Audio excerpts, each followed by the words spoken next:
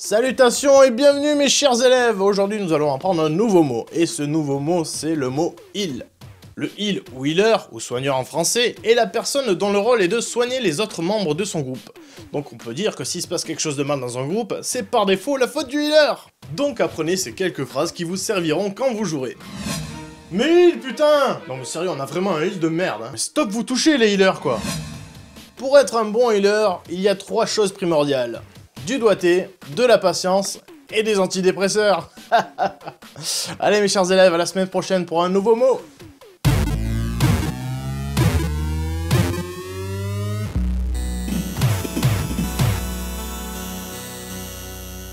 Salut à tous et bienvenue dans cette 3e émission de LFG Looking for Games consacrée à The Secret World. Et cette semaine, on va parler, ça y est, on n'a jamais fini en fait de PEX dans The Secret World. Mais donc, on va parler du endgame. Donc le endgame, voilà, vous avez fini les zones de leveling. On va voir un petit peu ce que Secret World propose. Dans un premier temps, on va s'intéresser à des activités un petit peu annexes. Ouais. Je voudrais faire une petite aparté sur le roleplay, parce que j'ai croisé pas mal de joueurs roleplay sur The Secret World. Surtout dans les capitales, quand même. Et surtout dans les capitales, elles s'y prêtent plutôt bien. Vous avez des pubs, des clubs privés, des parcs. Et le gros avantage, vu que c'est un jeu contemporain, les gens font du roleplay en parlant normalement. Ça, je sais pas si vous avez déjà vu du roleplay sur des jeux médiéval fantasy, enfin fantastique, mais en général, ça ressemble toujours à « Messire, voudriez-vous que nous allouâmes ?» Oui, même si les gens jouent des nains ou des races qui s'y prêtent pas du tout. Roleplay du pauvre, quoi. Oui, c'est ça. Puis bon, moi, je suis pas très roleplay sur les MMO, mais bon, je suis joueur de jeux de rôle à la base, je sais. Pareil, ouais. Voilà. Et pour moi, le vrai roleplay, le bon roleplay, c'est celui où on parle naturellement. Bon, bien sûr, vous vous adaptez selon le jeu. Hein. Je dis pas qu'il faut pas changer ses tourneurs de phrases, mais être naturel, pour moi, c'est vraiment le meilleur roleplay.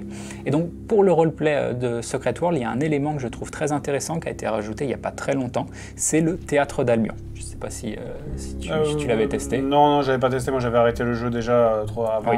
Alors, le théâtre d'Albion, c'est un théâtre où vous allez pouvoir louer la scène, vous payez de l'argent in-game, vous louez la scène pendant 1 heure, et vous allez pouvoir créer votre propre pièce de théâtre. Mais quand je dis créer la pièce de théâtre, c'est-à-dire choisir le fond, choisir la lumière, le fond sonore, ajouter des effets météo, mettre des éléments de décor, va y avoir un public avec des chaises où les gens vont pouvoir voir et s'asseoir. Enfin oui, il y a plein d'éléments que vous allez pouvoir rajouter. Ouais, c'est ce que tu m'avais parlé, il y a plein d'éléments débloqués aussi, c'est ça? Oui, vous pouvez débloquer, que vous pouvez acheter. Sur des mobs que tu peux acheter. Voilà, ou même à l'item shop, il y en a certains. Donc ça, c'est vraiment le côté intéressant et je suis assez pour le roleplay sur ce jeu. Ça me fait vraiment penser à ces petits ajouts que je comprends pas pourquoi on les retrouve pas sur d'autres jeux.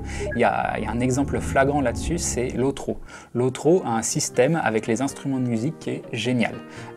Je comprends pas pourquoi d'autres jeux n'ont pas repris ce système et je peux même dire que des joueurs qui se disent des joueurs PVP ont passé des heures à Brie à jouer de la cornemuse. Bon, je donnerai pas de nom pour... C'était très bien, mais en même temps, j'adore la cornemuse, donc voilà, Scotland de Brave, on faisait des bandes... Non, oui, c'est vraiment facile de se laisser porter là-dessus. Non, c'était très sympa, franchement, moi j'ai adoré ce genre de truc. Comme élément aussi, la chasse au compendium dont tu m'avais parlé. Oui, autre activité annexe assez prenante, c'est la chasse au compendium et les succès à débloquer, genre tuer des mobs rares. Donc la chasse au compendium, c'est en vous baladant à travers les différentes zones, vous allez trouver des items, des petits carrés jaunes sur lesquels cliquer, qui vont vous débloquer des éléments de l'histoire. On se prend très vite au jeu de vouloir tous les débloquer. En plus, quand vous finissez une famille de succès ou de compendium, vous avez des récompenses comme des titres, ou alors aussi, et surtout même des tenues. Oui, d'ailleurs les tenues, justement, le fait que tu n'aies pas de pièces d'armure comme dans un MMO classique à la Warcraft, fait que tu peux vraiment te concentrer, tu peux jouer aux Sims quoi, en fait. C'est un peu ça.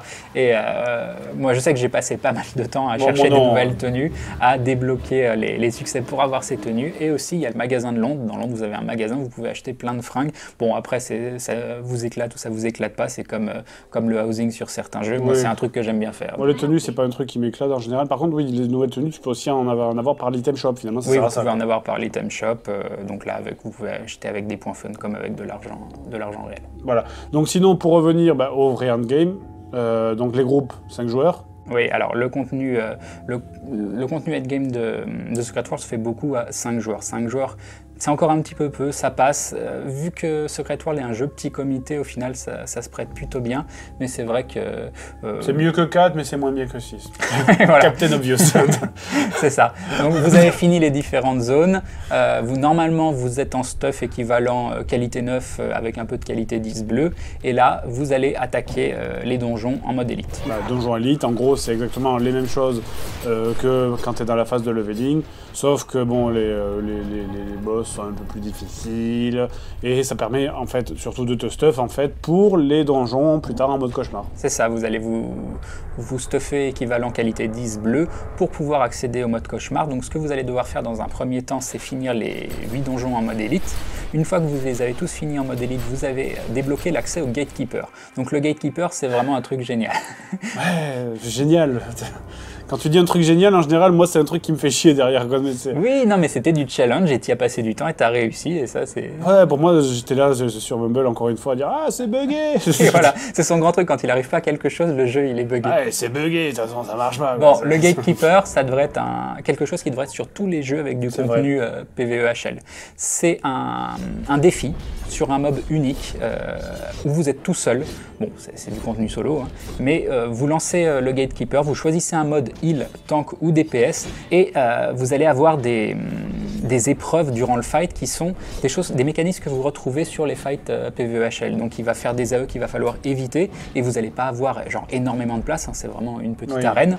Vous évitez ces AE, vous faites votre séquence DPS en même temps, il faut bien DPS, faut le purge, vous allez devoir éviter un mob qui va vous exploser dessus, enfin c'est vraiment des mécanismes intéressants. C'est un gear check et un skill check. En gros. Oui, c'est un gear check à la fois, il faut le bon équipement, skill check parce qu'il faut les bons skills, mais aussi c'est un skill check personnel, il ne faut pas que vous soyez manchot. Quoi. Et c'est pour ça que je dis que ça devrait être obligatoire sur tous les Ce qui fait que le bilan, c'est que quelqu'un qui ne sait pas jouer ou qui sait mal jouer ou qui est mal équipé ne pourra pas faire les donjons au level. On sait qu'il a un interrupt, on sait qu'il a un purge, on sait qu'il sait éviter des AE et ça c'est hyper positif. Le seul défaut c'est que c'est beaucoup plus facile en tank et en healer, donc même un DPS qui a un stuff tank et qui veut le passer en tank parce qu'il n'y arrive pas en DPS, il pourra et il aura accès aux donjons cauchemar. Donc il y a une idée à creuser sur ce concept, mais je trouve que c'est un concept génial. Oui, ça permet d'écrémer en fait. Oui. Donc les donjons en mode cauchemar justement. Les donjons en mode cauchemar. Donc la difficulté entre un donjon normal et élite n'a rien à voir entre la difficulté entre un élite et cauchemar. Là c'est du vrai PvEHL. C'est des fights super intéressants. Vous allez devoir changer de build d'un boss à l'autre. Il faut qu'il y en a qui s'adaptent. Changer une pièce d'armure par exemple. Voilà, avoir plus de HP sur certains boss. Bon, t'aimes pas cette comparaison, mais moi je le compare un peu à WoW Vanilla par exemple, où vraiment tu devais vraiment changer ton armure pour passer avec un maximum de résiste. Disons que sur WoW c'était plus augmenter de la résiste pour correspondre à un boss. Là c'est vraiment trouver les bons skills pour réussir le fight. En plus, là où ça devient très intéressant, c'est qu'une fois que vous avez réussi un donjon en mode cauchemar, vous pouvez refaire ce donjon avec ce qu'on appelle le Master Planner. Le Master Planner, c'est faire tout le donjon, donc les 6 boss du début à la fin, sans changer de stuff ni changer de skill. Ça pour moi c'est le contenu le plus intéressant du PvEHL de Secret World. Et c'est assez intéressant parce que vous verrez qu'au début vous allez passer 3 heures sur une instance et la même instance, une fois que vous êtes stuffé et que vous connaissez les strats, vous allez pouvoir la faire en 10 à 15 minutes. Pourquoi? C'est parce que les boss ont des strats et vous allez devoir apprendre les strats, mais vous n'avez pas 50 000 trash mobs entre chaque boss. C'est le gros avantage, c'est qu'il n'y a pas de trash mob. Oui, il n'y a quasiment pas de trash mob et les trash mobs, c'est une aberration pour moi dans les MMO, dans les donjons. C'est rajouter du vent. C'est rajouter de la durée de vie dans un donjon dont tu sais que le donjon n'est pas formidable, que les gens vont le vider trop vite, tu fous plein de trash mobs partout. Comme ça, les gens ils vont passer des heures parce que forcément tu vas crever sur le boss, donc après tu vas revenir, il faudra refaire les trash mobs au bout de... Enfin voilà, c'est ajouter de la durée de vie artificielle quelque part où il n'y en a pas.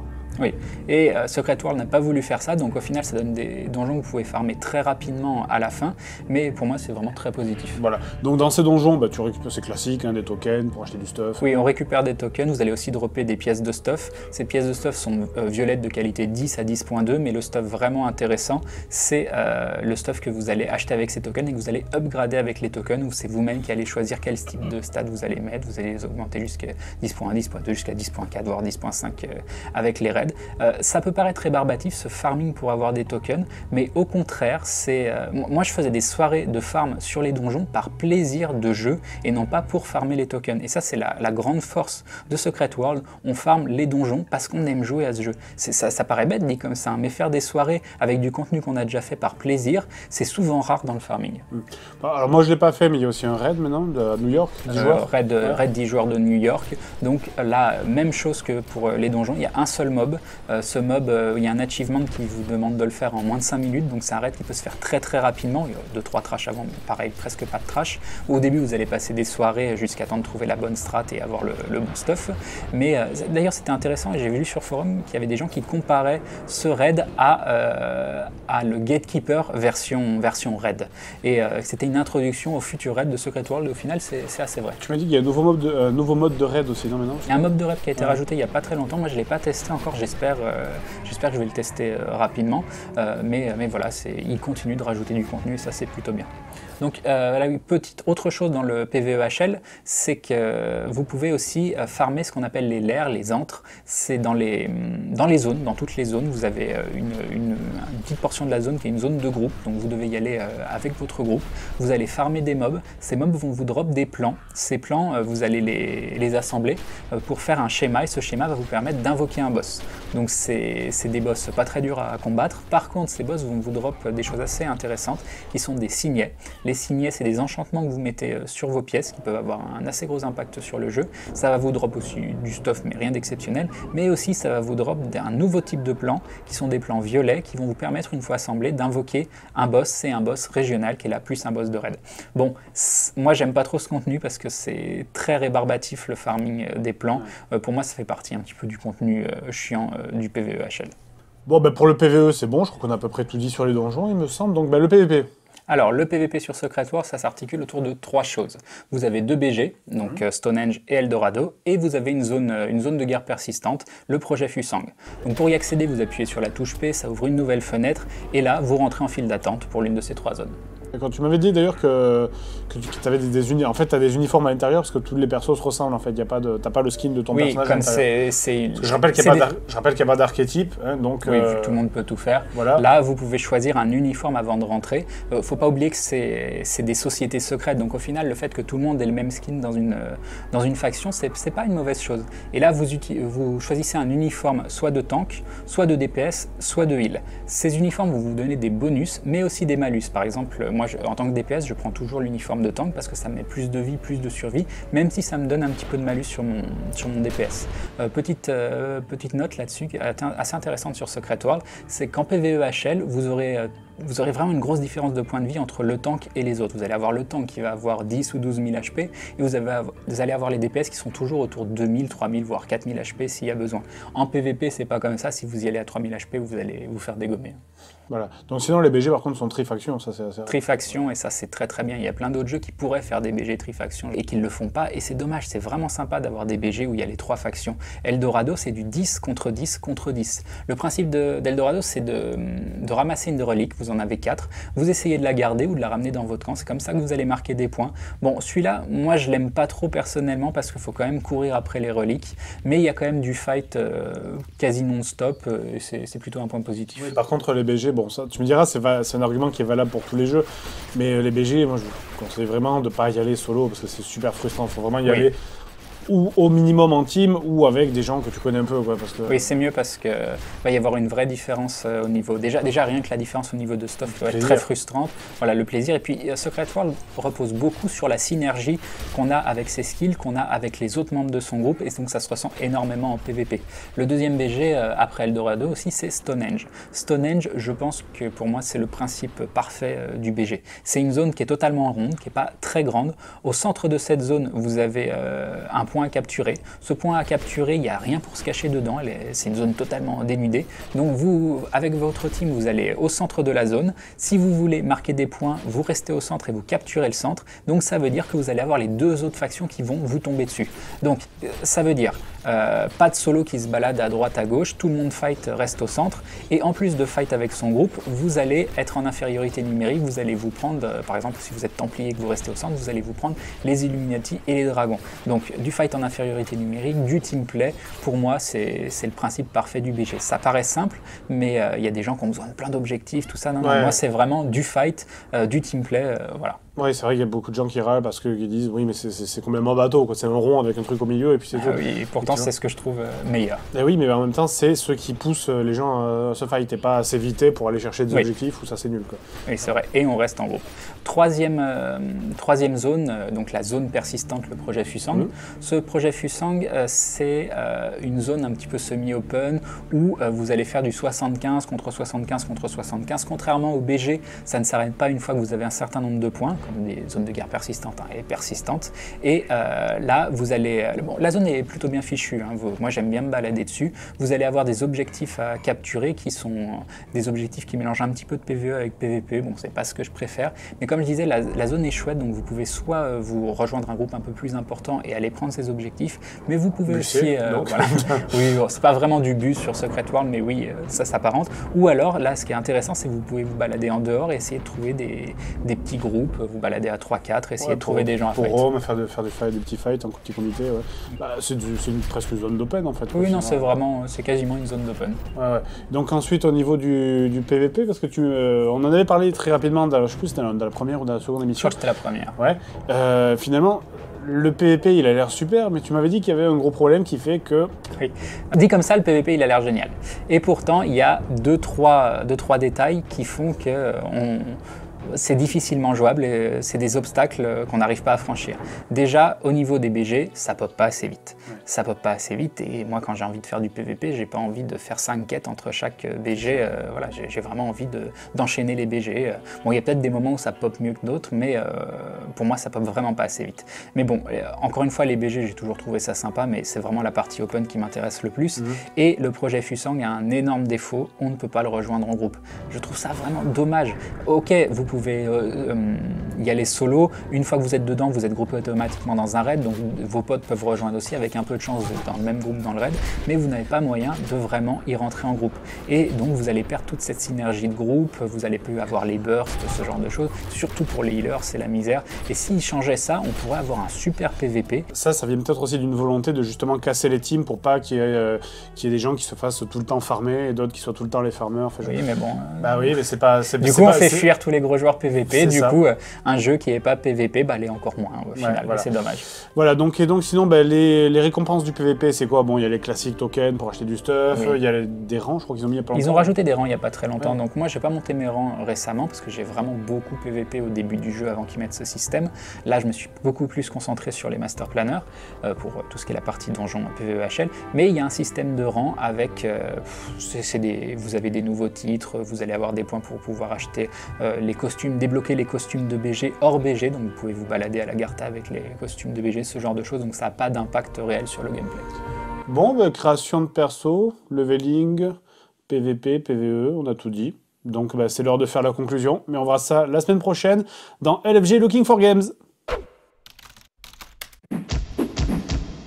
Ce troisième épisode de LFG est terminé. Maintenant, on est stuff, on est haut level, on est des bourrins. Et surtout, on a un stuff trop kawaii. Je suis trop belle. Enfin bref, je m'égare. Rendez-vous dans une semaine pour le dernier épisode consacré à Secret World, le bilan et un nouveau débat sur les MMO. Well, what if the fruit it bears